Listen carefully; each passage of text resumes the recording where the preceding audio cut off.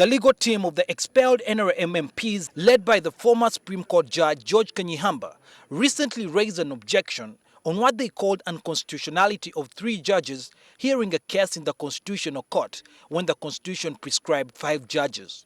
The lead counsel of the expelled NRM MPs also objected and challenged the membership of the Deputy Chief Justice Stephen Kavuma on the panel of judges hearing the case. He argued that Justice Kavuma, who also sits on the Supreme Court, would not be impartial in passing judgment if the case was taken to the Supreme Court. Justices Augustine Nshimye, Remy Kasule and Stephen Kavuma, however, dismissed both objections, saying that this matter does not require 5 justices since it's a temporary application for an injunction.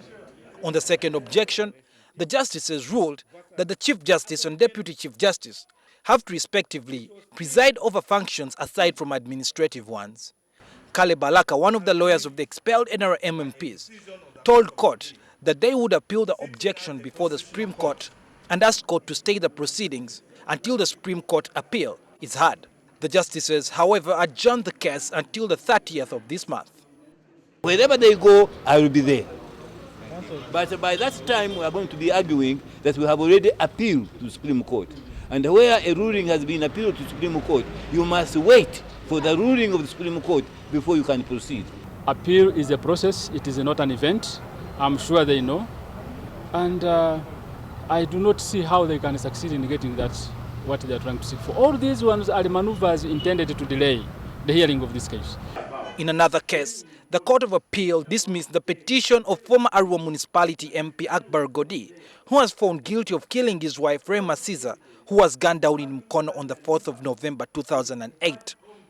Akbar Godi was appealing against the 25-year sentence and the evidence presented by the prosecution. However, the court ruled that the first judge was right in his decision, basing on circumstantial evidence, and ruled that Akbar should serve his punishment. As much as we respect the decision and we accept the decision by court, we respectively disagree with it. But all I can tell you is I'm an arrow, and the arrow does not age. Suhail Mugabi, NTV, Weekend Edition.